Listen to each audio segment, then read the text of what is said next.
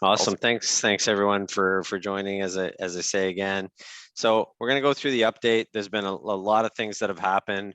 Really, the market dynamic changed quite significantly in early November, and that's when we started to see kind of an adjustment to how things are going to play out. You could say that's when the central banks of the world decided that they were going to change course, or at least signaled they were going to change course. And so lots of things to cover. I went through the slides and the presentation that I did in January. My view was we were going to, in Q2 of this year, see the economy slow, inflation slow. This was, of course, before the war, but certainly my view at the start of this year was it was going to be a choppy year, and man, has it been. It's been one of those years that it's caused me to rethink and think again, look at the data, and try to understand where and how we're going to go. So, I'll talk a lot today just about really kind of the longer term, what this looks like, what we've seen, what I expect to see, and as Scott mentioned, any questions, put them in the chat bar. But we're going to, I'll take you through the my view of the world as we go. So just before we get started though, because we have to each time, the disclaimer, this is not intended to be investment advice. You should always speak with a licensed advisor, myself, before proceeding on investment strategy. Everyone has their own risk tolerance and you should adhere to that. This broadcast is for information purposes only and opinions of myself and Hart Investment Group. So I've put this first one out a few times, which is the key to successful investing is getting everyone to agree with you later. So this kind of has the view of the challenge when you're putting your views in place is then successfully implementing those views on a good timing.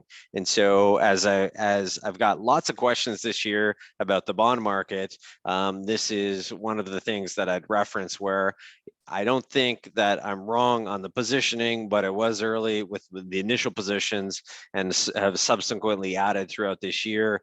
But I think that what we'll see over the next 6 months is I think we're going to see is bonds start to go up quite significantly as the bond market fully prices in the fact that the economy is slowing dramatically. And I think the likelihood of a recession is quite high. If we don't have a recession, then certainly we're showing that the GDP is contracting very quickly. And so as I take you through, you'll see that today. The other one, which has been used, I think, in a lot of times, which is from Warren Buffett, which is be fearful when others are greedy and greedy when others are fearful. And so it's been said in one way or another, but if you follow Warren, he's spent more money in the first quarter of this year than he's ever spent in history. Obviously still has cash piles and cash flow with the insurance businesses. So I expect you see him continue to put that money to work, but it's important to think about what and who are doing what at certain times in the cycle. And so as I put together the deck and the presentation over the last week and a half, I'm quite optimistic about where we go over the next 6-12 months and the positioning, but really want to delve into that and really go through how my thinking has got to where we are now. But more importantly, I also wanted to say there's a lot of destruction that's happening in the markets, and just really wanted to give some context around what the last 6 weeks have even looked like. And so this is returns of all different asset classes from the start of April to roughly where we are now. I think this was yesterday I pulled this. So Canadian dollars down 2%, FTSE, which is all world ex North America, down 7%, TSX down 8, global, which is down 10, S&P 11, Russell 11, NASDAQ and the triple Qs are down 14.5% in the last 6 weeks. And so there's been a lot of destruction that's happened here. And so as this most recent correction has occurred, it's made me think about what's in front of this and what are we seeing. We're seeing high yield spreads blow out as well. So, but this is just a snapshot of what we've gone through now. And this is a big part of why I wanted to do this presentation now a little bit earlier than intended, because I think the next 4 to 6 weeks are going to be quite important, and we really wanted to get my views out there for everyone to see. So we'll go through a lot of things. Obviously, I'll take you on what's worked year to date, not much, which is what I expect to work in the back half of this year. And then we'll go through the thesis and the charts and the information around how we get to that. So as I look at, I've done quite a lot of presentations over the years and certainly get feedback throughout the years around how and what you should say. And so I think what we'll start with the end in sight. So the start is what I think and expect to play out over the next little while. And so right now we have the stock market at least starting to tell us that we're in a recession or we're starting to be in one. So we've had the economic slowdown and stock prices are down 30, 40, 50, 60, 70, 80%, depending on what areas of the market you're looking at. And that's telling you that we're either in one or starting a recession. So stocks are pricing that now, but I don't think we've completely capitulated. We've seen some hedge funds go out of business. We've seen the high yield market tighten up. We've seen a lot of things that are telling us that there's something negative going on. Bonds over the last 8 to 10 trading sessions have been up with a nice move higher in bonds today, which are also starting to tell you that they also believe that we're seeing an economic slowdown and a recession. So that's a second signal. And the next question is, well, what do we do with this information? And so with this information, I look at how do I expect things to play out? And so I think over the next 4 to 6 weeks is going to be a really important time where we start to see some of this capitulation, and there'll be some of the best opportunities that we're going to see for the next 4 or 5 years. And so I want to be in a position of power to be able to look at putting some of that money to work. We had some money in defensive things like Picton Market Neutral, which is up a little bit this year. There's arbitrage fund that's up a little bit as well. Capital Group, our emerging markets fund, has been pretty stable as well. So there's some pockets of money that I'd be looking to say maybe now's the time to at least start to turn up the risk a little bit, because I think that when you're thinking about longer term, and being through a number of bear markets, with the first one I was in was 2000, 2001, this is when kind of maximum opportunity comes. When you feel uncomfortable, it feels like things can only get worse from here. That's when the opportunities start to present themselves. And so this is the end in sight. And now we'll work through the view around how we get there and what's transpired. So, when I look at this slide, and this is what's worked in the first 5 months of the year, which is US dollar. So US dollar, or DXY, which most people kind of follow, which is primarily against the euro, but the US dollar is up about 10% year to date, and that's an important metric, as we'll talk about later. So some would argue maybe energy companies are the other thing that are up. Yes, that's worked, obviously with a tremendous amount of volatility, and we did have some exposure early in the year, but removed from the portfolio. But those are kind of the two areas, and I think that these are probably the two areas of risk to US dollar weakness and energy weakness over the next 6-7 months. So that's what's worked so far this year. What didn't work? Well, I think as you look at the slides, you're going to get a sense of, that nothing really worked. So this is a really kind of a 100-year event that we've seen where stocks and bonds went down together. And so this is the view now where you say, what do I do with this information? And what is it telling me about what's going to happen over the next couple of quarters and the next couple of years? And so I think this is important to think about, and also where the opportunities lie. So a big part of making decisions and investing is what's happening with sentiment. And so sentiment's a big driver for how people feel, for how much more money goes into certain things. And the Michigan consumer sentiment number has been an important one to look at. And as we track it here, I mean, these are 2008, 2011, and then of course where we are today. So this is getting to pretty extreme negative readings. These tend to be signs and signals signals that happen as we start to approach the end of that feeling. Not saying it's an immediate bottom that we're facing right now, but it's a signal to say, let's pay attention. What is this saying about where we go, and what are the opportunity sets within that? And so that's the consumer sentiment. The other, which you'll have seen some of this recently, is obviously today I put this Bitcoin fear and greed index. I did put this into the January presentation as well, but on a broad market perspective, we're at 12 right now.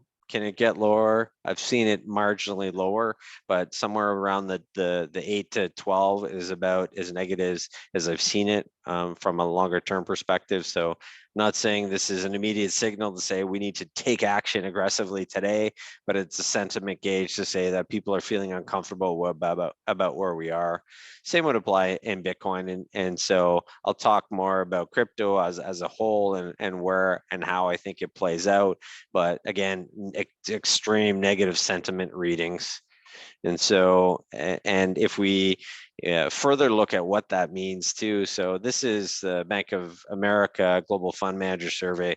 I always love to look at this data because this shows you how people are positioned. You can look at it kind of in the daily data that I look at, the CFTC non-commercial data, which shows similar fact set. But the thing that's kind of interesting about this is it shows you, there's a general feeling that the economies are slowing. You're starting to see comments around a lot of the economists and managers talk about potential recession. There's a lot of things that you can look at and read that says that we're heading in that directions, yet positioning is still quite bearish on bonds. And as I read some of these experts that I do and spend time with, like a David Rosenberg or a Gav Kal, like these guys are successful investment managers and they recommend cash and short-term money, but they also expect that we're going to have a recession. So I'm a bit befuddled around their positioning with that, but it's an important gauge to look at.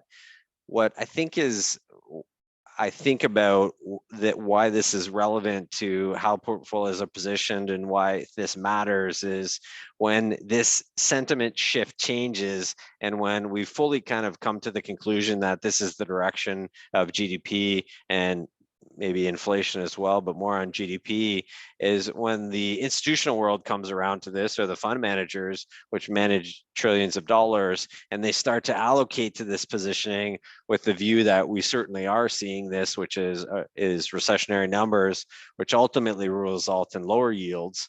There's a massive amount of money that can go into that positioning, and that's when we really see that number start to move dramatically, where we have the US 10-year at kind of the 3% or 288 now, but we've gone through 3% and have backed off now. I think that 3% number probably looks more like 1% by the time we get to the end of this slowing economic cycle. So important metric to look at, and I think is quite relevant in positioning.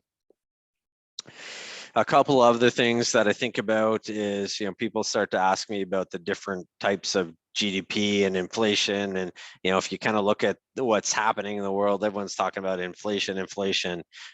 Individuals, the central banks, they're all convinced that they're going to trample on inflation. And so as I look at all of the different types of things, so we see, this is an interesting Google search around the word stagflation. And so stagflation, as we've talked about, is inflation's accelerating and growth is decelerating. And so, this was a similar thing that people worried about quite dramatically in 2008. And certainly we didn't have that. We had inflation, we had deflation and slowing economic activity because we had a massive correction in the housing market and a run on the financial system and things like that. So I don't think we get that today, but I also don't think that we stay in this stagflationary environment for as long as people expect. The shocks that we're seeing in the world today are certainly elevated. Part of it with COVID, with China locking down again, and a big part of it with Russia attacking the Ukraine. And I think that obviously plays a material part in what happens in inflation, and also is a major risk for that inflationary narrative over the next 6 months. So important to think about what that means and why it's relevant to the portfolios. And so, as I mentioned at the outset, this is, as I look across how I was positioned and what you owned in portfolios, this is a snapshot of the last 30 years of investing, like that it was the kind of worst time to own anything besides cash. And so as I look at, as we deployed cash earlier this year, in hindsight, it's easy to look at it and say I should have been more patient, waiting for certain other variables to play in. But these are important things to think about as you deploy money over the next period of time. But what I think is more relevant now is, as you reach these extremes, and maybe this extreme goes down to a further 3 standard deviations below where we've ever been, this further says to me, well, there's a lot of things that are trading at a strained level. And so I guess the question many people have asked me, and some may ask me today, is, well, what's the trigger to turn this in the other direction? And so there's a couple of things that could be the trigger. One of them would be, of course, the central bank pivoting, which I'm certain is going to happen. I don't think tomorrow, but I believe it's going to happen. The other is you get certainly the lack of selling. That's selling pressure in all things. So part of why the selling pressure has happened is, as these hedge funds blow up, which we've seen over the last multiple months, is the institutions come in and just dump and liquidate their portfolio. So you get portfolios that are leveraged 30-1. So you get massive dumping of everything in their books: stocks, bonds, gold, cash, foreign exchange. All of these things are hitting kind of the liquidation button. And so that's causing kind of the panic that we're seeing in certain things today.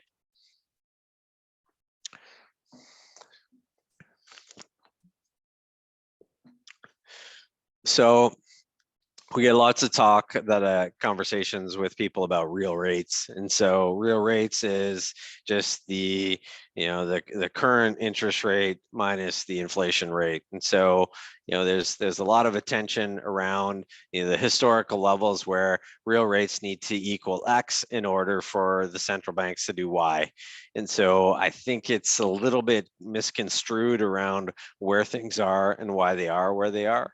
And so where people continue to talk about real rates need to do this, real rates need to do that, I think it's less relevant today than people want to give it credit for. So I think it's important to think about, I guess, on a broad scale.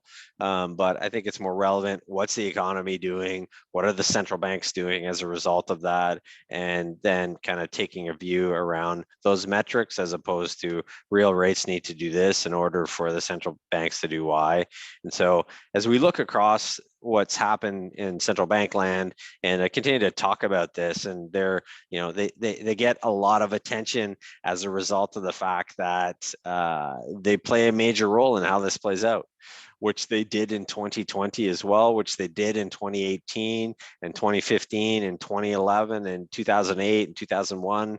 So over the last 30 years, central banks have become a kind of a real material figurehead in what happens to all assets.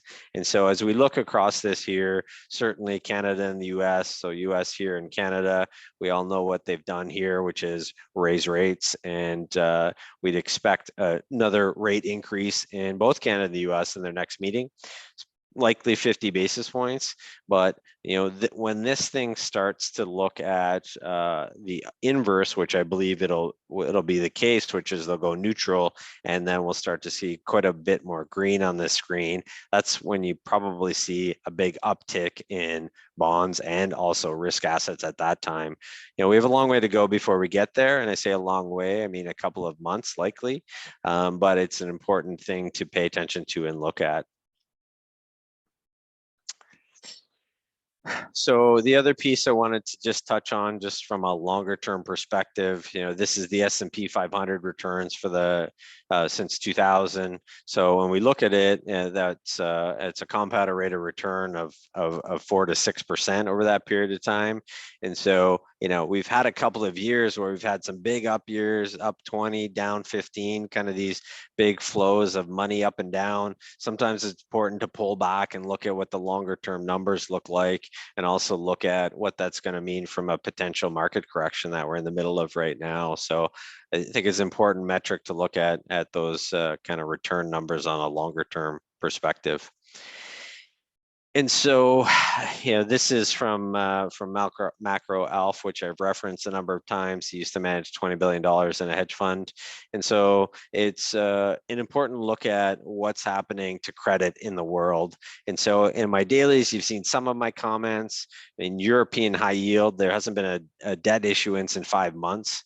And so why this is relevant is lots of these companies are starting to run out of money. And so, nothing has broken yet, and people again continue to ask me what's going to be the trigger. And so I think this is one of the major triggers for what Chairman Powell cares about. And he comes from private equity world, which they live off of high yield credit, and they live off of this number. And so as we look at this number, 500 basis points are 5% above the government bonds. So you're looking at kind of 8-9% for high yield right now. So we're starting to see some strain in it. However, it's not broken yet. Last week, Peloton came to market with a $500 million issuance at 8%. And so they're still able to raise capital at these levels. But as you start to approach that yellow line, which is that 600 over, that historically has been a sign where we're seeing kind of wear and tear for these issuers. And so if you get like a Ford or an AT&T have difficulty, for example, raising capital into this market, that's going to be a serious trigger that says to Chairman Powell that something's wrong with the plumbing of the financial system. There's a few other things I'll point at, but I think this is a material one that he would never talk about, but I think really is important to him and is what forced him to pivot in 2018. And so we'll talk about that as well as we go through. So this is high yield, and actually, so on the left axis is the volatility, on the right axis is the price. And so the volatility is starting to spike here, where we see the black line starting to go up, similar to what we saw in 2020, kind of January, February, March of that year. And we see the price falling. And so we've had that backdrop where those two things look like they're going to converge. Certainly as financial conditions continue to tighten, I think is an important metric to look at. So oftentimes I ask, what should I watch? I mean, this is, I think, one that's very important to watch and when I continue to pay attention to quite closely. So GDP, which I've talked about for 6-7 months now, we expect GDP to continue to contract, and we've had financial conditions tighten now for probably 9 months. And so as that continues to tighten at the pace that it's tightening, we get this GDP forecast. So this is consensus. So you can decide whether you agree with it or not. There's some people that think we go GDP grows at 4, others that say it turns negative. And so I think it's important to look at the direction that this is going, less so than the absolute levels. So do we get 2 negative quarters, which is an actual recession for GDP print in order for that to matter? I think it doesn't matter at this point. Stocks have gone down, bonds have gone down. The market's saying there's something happening, and I think it's less so what happens to that actual absolute number. And do we show an actual recession or not? I think it's irrelevant at this point. Growth is slowing, and it's the more important metric to say, what do we do with this information? And well, I think that it's as I talked at the outset, I think lots of opportunities are going to be presented here and continue to be. This is a metric that you're to follow if you want to follow GDP and kind of the macro setup. So if we look at kind of a gauge around how cheap or how expensive stocks are, given where we are in the cycle and what's happening to real rates and what's happening to interest rates, I think this is a reasonable metric to look at. Where are we super cheap or are we super expensive?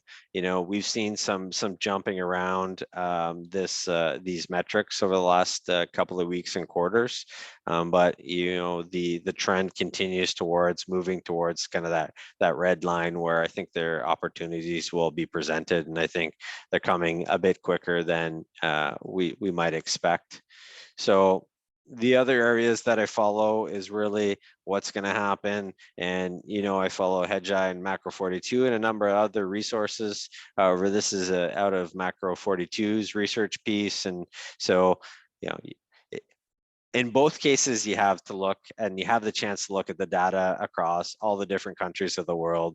This is, I think, a good snapshot just to look at from a perspective that, where some of the more key areas that I think are relevant, which is the United States, China, Eurozone, the UK, Japan, and then a cumulative of the world to get a sense to what happens to risk assets, what happens to bonds, what happens to inflation over this period of time. And so from the United States perspective, you get a high probability that we're in a kind of slowing or deflationary or quad two, or excuse me, quad four, however you want to look at it.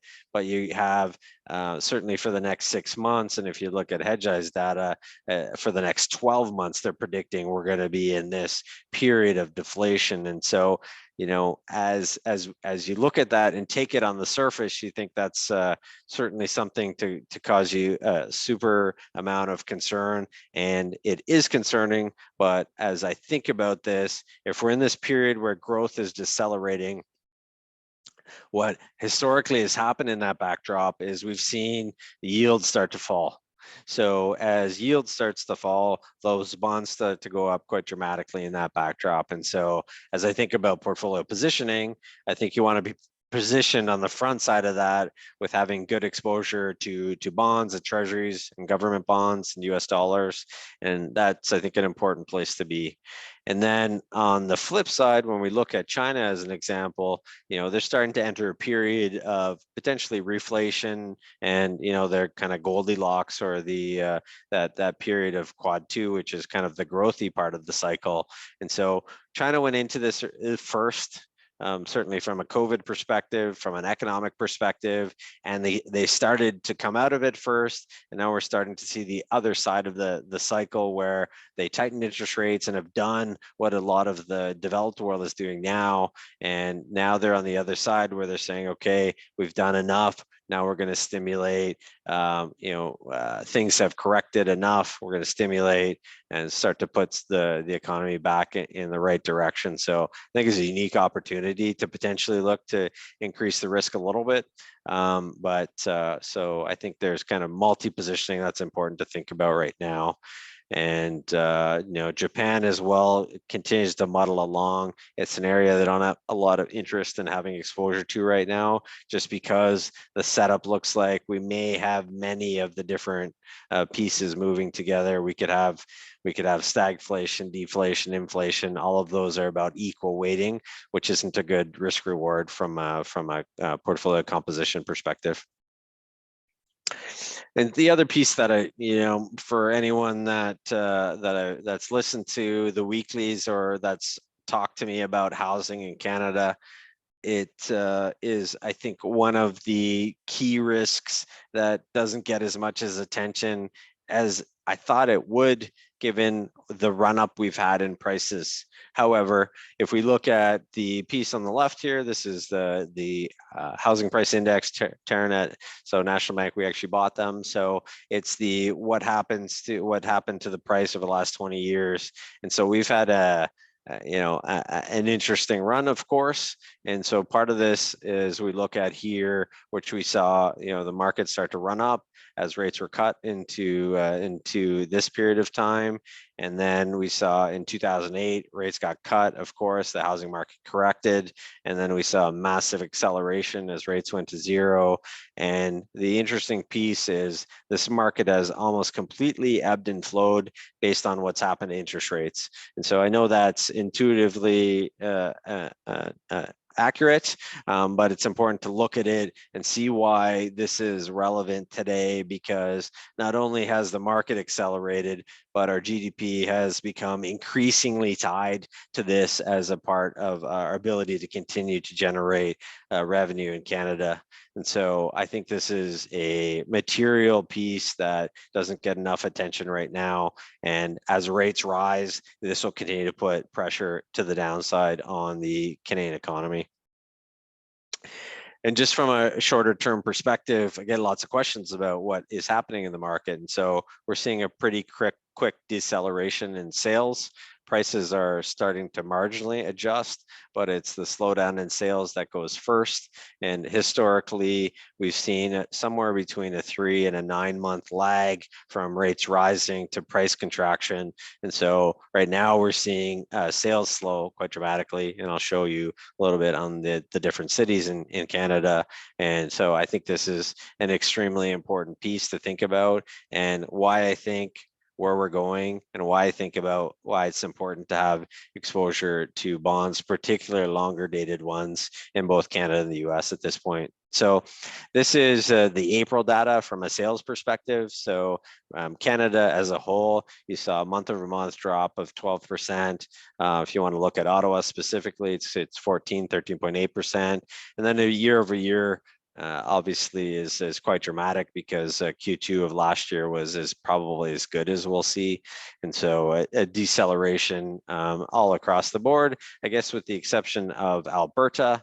Alberta is buoyed by the commodity boom, but also the fact that their housing market went sideways for about 15 years now. So we're starting from a different absolute level from a price perspective. And so I think this is a very key piece to what and how things play out in Canada, particularly with the Canadian housing market.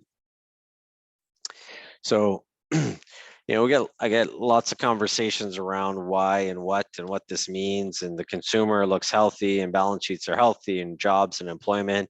And there's a lot of things that you have to take into account, not just these simple figures, but it's some of the parts that make a difference here. And so as I look at costs rising, we've seen the average mortgage in Canada costs go up somewhere between $750 and $1,000 a month.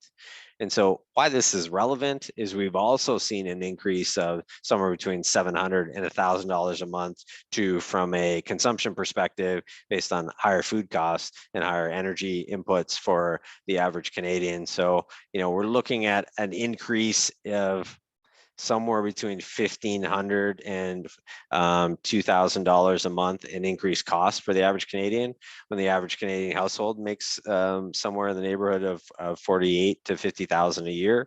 This is a huge percentage increase, which is slowing consumption, where we've seen this, at least in Canada and the US. We've seen like Walmart and Target and Ross stores, like all these companies come out this week and say, our inventory is off the charts. We have huge inventories as consumption has slowed. So, this data is happening to us in real time, and the equities market is telling you that, where, Target and Walmart had their single worst day since 1987. This week is saying to you that things are slowing. And so I think it's an important thing to think about when we're listening to what the central banks of the world are saying, where the consumer's healthy, the jobs market's healthy, and nothing to worry about. The data is telling you something different, and that's here and where the opportunities lie. So that's the Canadian statistics. And so I thought I'd put up the US ones as well, because you see a similar uptick, and this is a vertical move, of course. Similar numbers from a increase in costs with the US. You can look at their consumption costs have gone up dramatically as well. So as we think about why that's important too, in April, we look at there were 229 million credit cards applied for in the United States in the month of April. It's only 350 or 360 million people there. So you got a huge percentage of the population telling you that we're tapped out. And so as that pressure gets ratcheted up, it continues to show you that there's something happening here, and we need to pay attention, and we need to be prepared for it. And that's how I'm trying to position portfolios.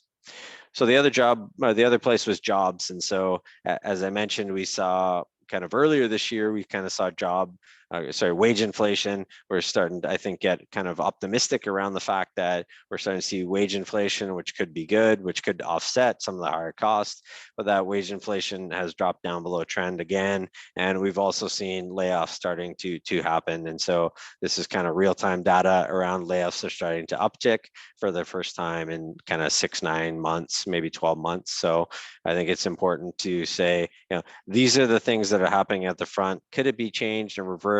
Potentially, but at the rate that the central banks are going right now, I don't see any way that this plays out any differently. And so this is a snapshot of LIBOR percentage change year over year. As I've said before, financial conditions are tightening. And not only are they tightening, they're tightening at the fastest pace in history. And so as the last time we had these kind of financial conditions tightening, there's been $1.5 trillion of capital come out of the market since November. And the last time this happened, it took about 5 years for that much money to come out of the system. And so you get a huge tightening financial system, you get rates moving higher, you get all of these kind of pressures happening. And it's a lot to do with the fact that the central banks are worried about the inflation boogeyman. And so I think they're completely looking away from what's happening to the rest of the economy with their sole focus on kind of crushing inflation, supply side inflation. So I think that this is an important thing to pay attention to, but I mean, the financial tightening is off the charts here. And so this is a kind of we'll pull it back to kind of 2008, where QE and QT and tapering and all these kind of terminologies started after the financial crisis. And we've had intervention from central banks. And so I guess the question is, are the central banks going to change what they've done, or are they going to continue to cycle with like they have in the past year, 2 decades? And are they going to follow Japan into kind of yield curve control, kind of focus on keeping that interest rate near zero so the economy continue to function? I would lean on the side of likely. The central bankers of the world, while are hawkish now, I think are much more aligned towards how do we stimulate. And right now, where this slide is about a couple of weeks old, so this moved up to retest kind of levels of 2018, levels of 2013 as well. And so those things will be relevant as I talk about what I think and how I think things could play out over the next little while. Again, so as if we look at kind of 2-year yields year over year, kind of forward looking. And so forward looking yields are telling us one thing, and ISM, which is I think an important metric to pay attention to. Lots of people say that this is the gauge for whether we're entering a recession or a slowdown. Right now, we're starting to approach that 50 level. If you follow most economists, as if we below 50 is a contraction, above 50 is an acceleration. So the direction that we're heading towards is a contraction. The pace at which this happens, at least the futures market is telling us that it's happening extremely fast. And this is at least showing up in equity markets and starting to show up in bond markets as well. So this was a great chart from Raul, just around giving you a sense of how dramatic swings we've had in the last number of years. And so we went to kind of record easings in 2020, 2021, to record tightenings to where we are today. So you're getting a massive chop around in a lot of metrics and numbers. So where I look at the data too, and I stretch it back over a longer period of time, we've entered this period of very choppy data, which makes it a lot more challenging time. But I think that it's important to think about what and how does this play out, and what is this going to do to the markets over the next little while. And so it's interesting to see how dramatic a swings that we've seen to date. So as I mentioned these dates a couple of times. I mentioned 1984, mentioned 2018, and obviously the 1930s, which people have read about as well. And so, you know, as we enter this period, certainly there is some talk about maybe we get a Volcker type moment where they decide they're going to tramp down inflation no matter what happens to the rest of the world and the rest of the economy. I don't think we have that set up in that scenario where they're willing to put the world into a depression. I think we have much more similar scenario to 1984 and 2018, which is we had US dollar spike, and 10% is a big move in the world reserve currency. And so we're seeing that roughly, which is the same as what happened in 2018 and 1984. We saw oil spiking, obviously for different reasons in both cases versus where we are today, but same setup. And we had financial conditionings tightening at a lightning speed. And so, you know, there is a million other reasons you can draw and other points of view that you can look at around how this may play out, but the setup's quite similar. For those of you that remember 2018, we had Chair Powell talking about interest rate are on cruise control, quantitative tightenings on cruise control. Then we saw the market correct 25, 30% into kind of Christmas Day, and started to reverse once he changed the direction and opinion on Boxing Day of 2018, and then turned in the other direction and started talking about removing that financial tightening conditions. And a big part of that was because the credit market tightened up and high yield went no bid. So I think we have a much similar setup to that today, and that's in where I think the opportunities lie. And so as we start to reach here, I'll show you a little bit how what 1985 looked like and what 2019 looked like, which people probably remember. And if you have questions about what the 30s look like, certainly I can comment on that as well. So these are some of the metrics that you start to look at around what's starting to portray within equity markets. So you're getting kind of you know, the price earnings multiple starting to draw down quite dramatically. And I agree that earnings are going to slow, and maybe we have an earnings recession, so this number doesn't drop more than where we are right now. But these are signals to say that, yeah, the world is slowing, the economy is slowing. What do we do with this information, and how do we want to be positioned for that? So here's how 1985 and 2019 played out. And so the question is, are we going to get a similar redo to those? And I think that we have a similar setup. Important to follow the data and information. And so as I think about composition, we do have lots of exposure to bonds, high quality bonds for clients. And so as the data is telling me the economy is slowing, yes, central banks are raising rates, but they only control the short end of the curve, 0 to 12 months. And the short end of the curve already knows they're raising rates. What we've seen over the last 2 weeks is that the bond market, you know, 1 year to 30 or 50, depending how far you want to look out there, is telling you that we think the economy is slowing now too. And it's starting to signal that we think this is a risk. And so yields have started to go down, prices have started to go up. And I think we have that to continue. At some point, we see central banks start to talk about changing directions. But so if we look at 1985, stocks went up 32% that year, S&P 500. Treasury bonds across the curve, so that's kind of the full duration. We're up 25.71%, and gold was up 6% that year. But I think what's relevant to pay attention to from that perspective is people often ask me about gold, so I think it's important to think about it as well. Is in 86 it was up 20, 87 is up 25, and then 88 we had a correction in gold.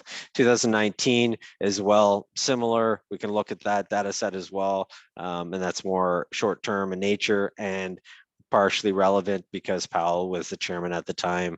and stocks were up 30% that year, and treasury bonds, again, across the curve was up 15. I think it's more dramatic now based on what and how things are positioned. Gold is up 18, and then subsequently in 2020 was up 24% that year as well. And I'll certainly put Bitcoin into that because Bitcoin's a risk asset. And so in 2018, Bitcoin was down. In 2019, Bitcoin was up 87% that year, followed by a big move in 2020 as well. But I think these are important things to think about. And as I think about portfolio composition, these are the things that start to get me excited about where the opportunities lie and how much potential growth there is within these opportunity sets. So that's how I'm thinking about how things play out. So I think this is the only chart that I use that I put in the daily. I tried to make sure everything was fresh and most of that information and data was new and interesting for people. But as I looked at some of the opportunities and I look at what I see could potentially play out here is that the energy complex, which is the top line here versus long bonds in the US, is I think at some point, even though there is the supply constraints with what's happening in Russia, if we continue to see the demand destruction that we're getting from tighter rates and tighter financial conditions, at some point that commodity is going to correct. People are going to stop traveling as much, going to stop consuming as much, and we're going to get a correction. Obviously, if Russia decides to pull back from the Ukraine, that happens quicker. I'm not saying it does, but I think even from the demand destruction we're seeing right now, we're going to see energy correct at some point this year. And I think the opportunity lies in bond world still. So how do we play this? As I mentioned, stocks starting to price in a recession. So as I mentioned in some of the calls here, I've started to pick away at some things. I'd like to further talk to people around how much comfort they are, kind of increasing risk tolerance right now. Bonds are starting to price in a recession. Again, I think that's the best risk-adjusted bang for your buck where the opportunities lie. So bonds continue to be a place where I think has a good return potential. And so what does that mean? Had conversations with clients this week and they said, I can buy a GIC, a one-year GIC at 4%. Do you think I should do that? And so I think the answer is yes, for a small piece of the portfolio potentially. But if I were to do a risk reward comparison versus, buying a 10-year Canada or US, either one, versus buying a one-year GIC, if we get what I expect, which is this continued contraction and bonds move from 3 to 1, that's somewhere in the neighborhood of 20 to 25% capital depreciation in those bonds versus the 4%. That's a lot of 4% to get to that. And so that's how I think about those two combinations. And the last point, which is press, that's as I mentioned, I think this is the time where we think about what do we do and how do we effectively take advantage of these types of events, because over my career, I've seen a few.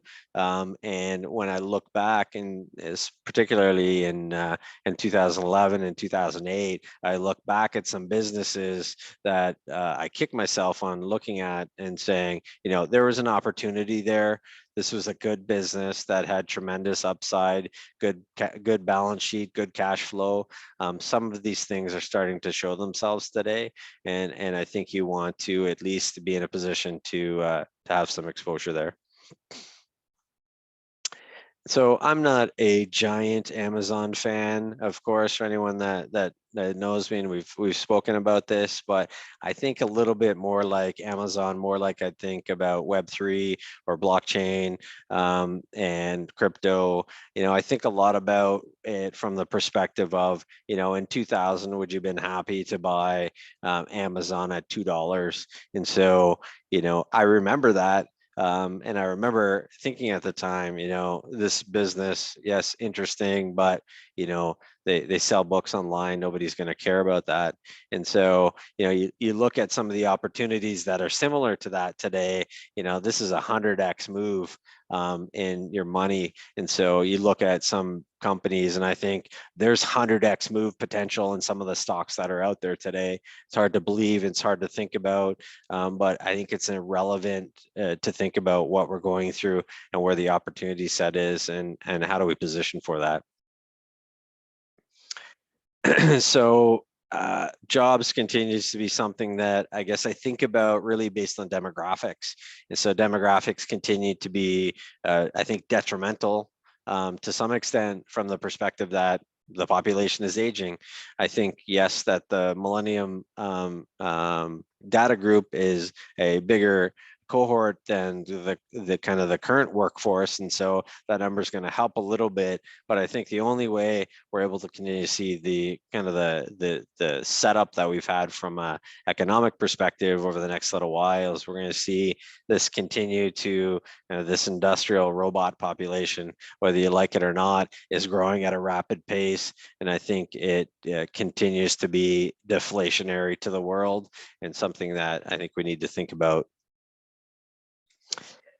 So as I've talked a little bit, and I do talk a bit about crypto and where it is and how it works, and I do think a lot of it, this Web3 movement or blockchain or however you want to call it, tokenization, I think it's all intermingled in the Web3, and that's how I would think about it. And so I think it's very similar to the internet.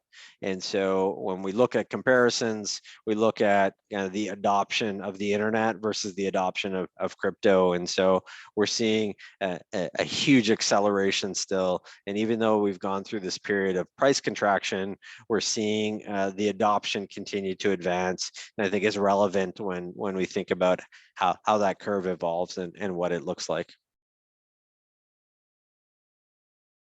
So just two more slides on Bitcoin, and we'll start to wrap it up here if you have any questions. But this is the longer term log pattern that some people look at.